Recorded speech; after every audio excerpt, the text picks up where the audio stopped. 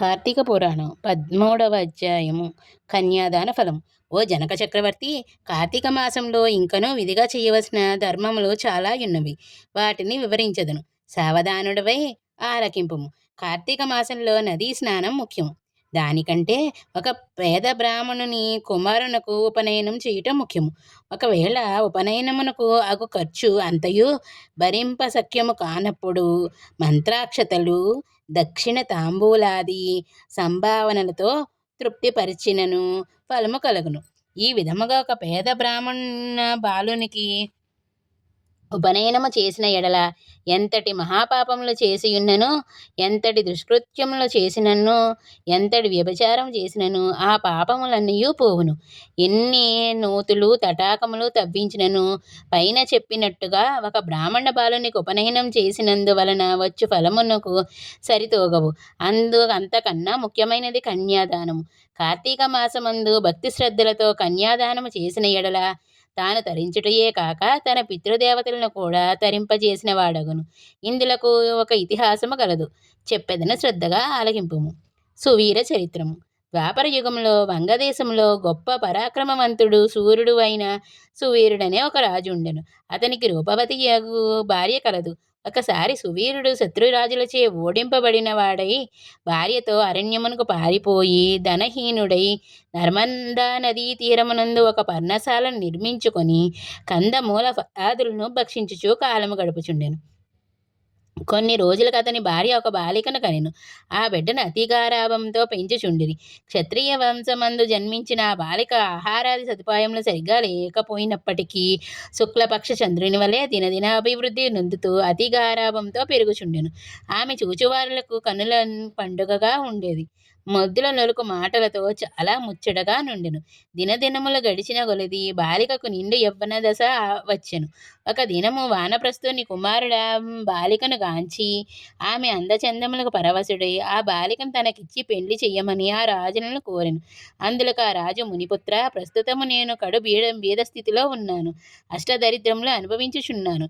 మా కష్టములు తొలగటగాను నాకు కొంత ధనము ఇచ్చిన ఎడల నా కుమార్తెనిచ్చి పెండ్లి చేతునని చెప్పగా తన చేతిలో రాగి పైసేను లేకపోయిటచే బాలికపై ఉన్న మక్కువతో ఆ మునికుమారుడు నర్మదా తీరమునకు కుబేరును గూర్చి ఘోర తపమాచరించి కుబేరుని మెప్పించి ధనపాత్ర సంపాదించెను.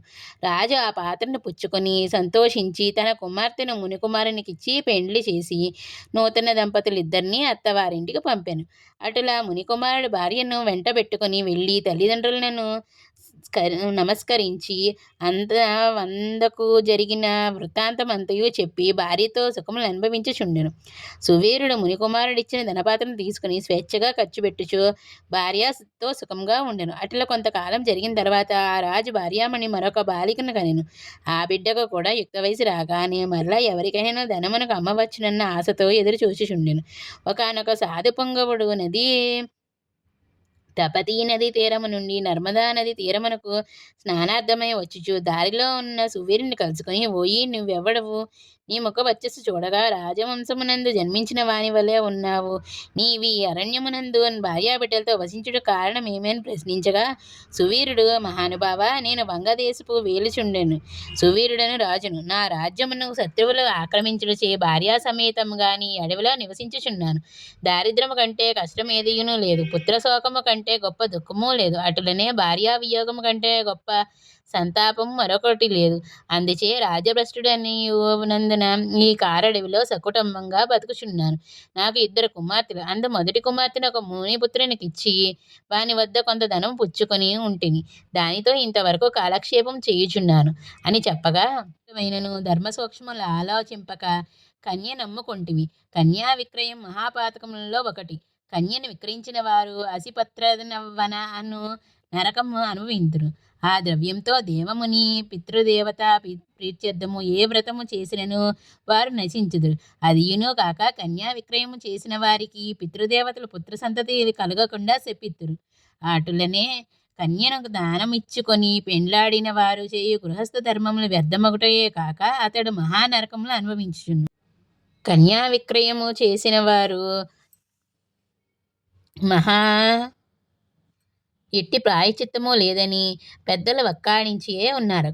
కావున రాబోయే కార్తీక మాసమునందు నీ రెండవ కుమార్తెను నీ శక్తి కొలది బంగారు ఆభరణములతో అలంకరించి సదాచార సంపన్నులకు ధర్మబుద్ధి కలవానికి కన్యాదానము చేయుము. అటుల చేసిన ఎడల గంగా స్నానం ఉనరించిన ఫలము, అశ్వమేధ యాగము చేసిన ఫలము పొందుటయే కాక మొదటి కన్యను అమ్మిన ఫలము, పాప ఫలము కూడా తొలగిపోవును అని రాజునకు హితోపదేశం చెయ్యగా, అందుకు ఆ రాజు నవ్వి, ఓ మునివర్య, దేహసుఖము కంటే దాన ధర్మముల వలన వచ్చిన ఫలము ఎక్కువ. తాను బ్రతికుండగా భార్యాబిడ్డలతో సిరి సంపదలతోనూ సుఖముగా ఉండక చనిపోయిన తర్వాత వచ్చేది ఏదో మోక్షము కొరకు ప్రస్తుతమున్న అవకాశం చేజాతులారా జార విడవమంటారా? ధనము బంగారము కలవారే ప్రస్తుతం లోకంలో రాణింపగలవారు. ముక్కు మూసుకొని నోరు మూసుకొని బక్క చిక్కి శల్యమై ఉన్న వారిని లోకము గుర్తిస్తుందా, గౌరవిస్తుందా?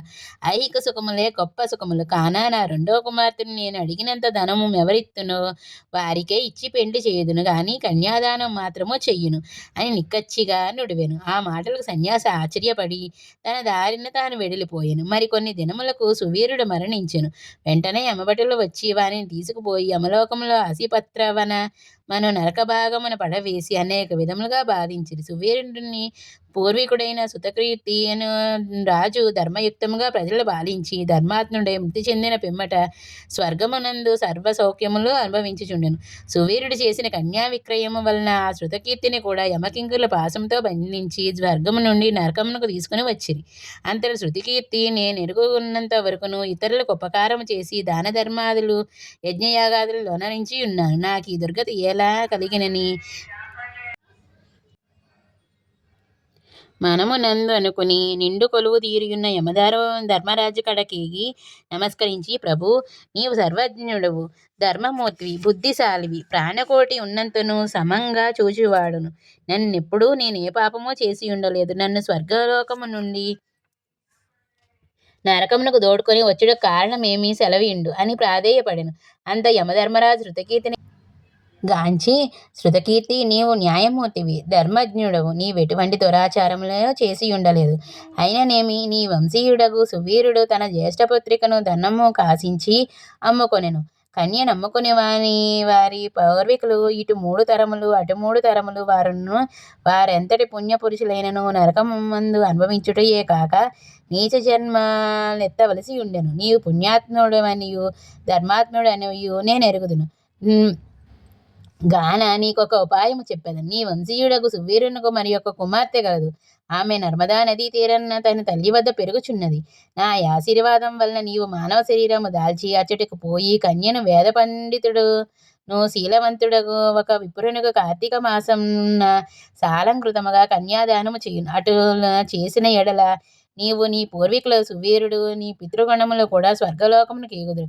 కార్తీక మాసంలో సాలంకృత కన్యాదానము చేసినవాడు మహాపుణ్యాత్ముడగురు. పుత్రికా సంతానము లేనివారు తమ ద్రవ్యంతో కన్యాదానము చేసినను లేక విధి విధానముగా ఆబోతునకు వివాహం అనర్చినను కన్యాదానం ఫలము వచ్చును.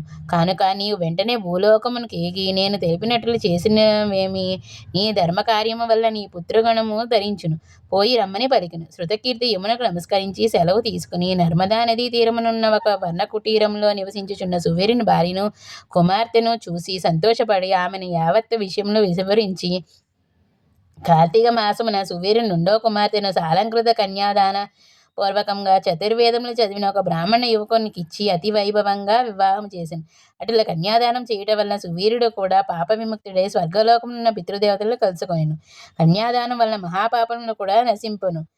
వివాహ విషయంలో వారికి మాట సహాయము చేసినను పుణ్యము కలుగును. కార్తీక మాసమున కన్యాదానము చెయ్యవలెనను దీక్ష భూని ఆచరించిన వాడు విష్ణు సాన్నిధ్యం పొందును. శక్తి కలిగి ఉండి ఉదాసీనత చూపువాడు శాశ్వత నరకము కేగును. త్రయోదశ అధ్యాయం 13వ రోజు పారాయణ సంపూర్ణము.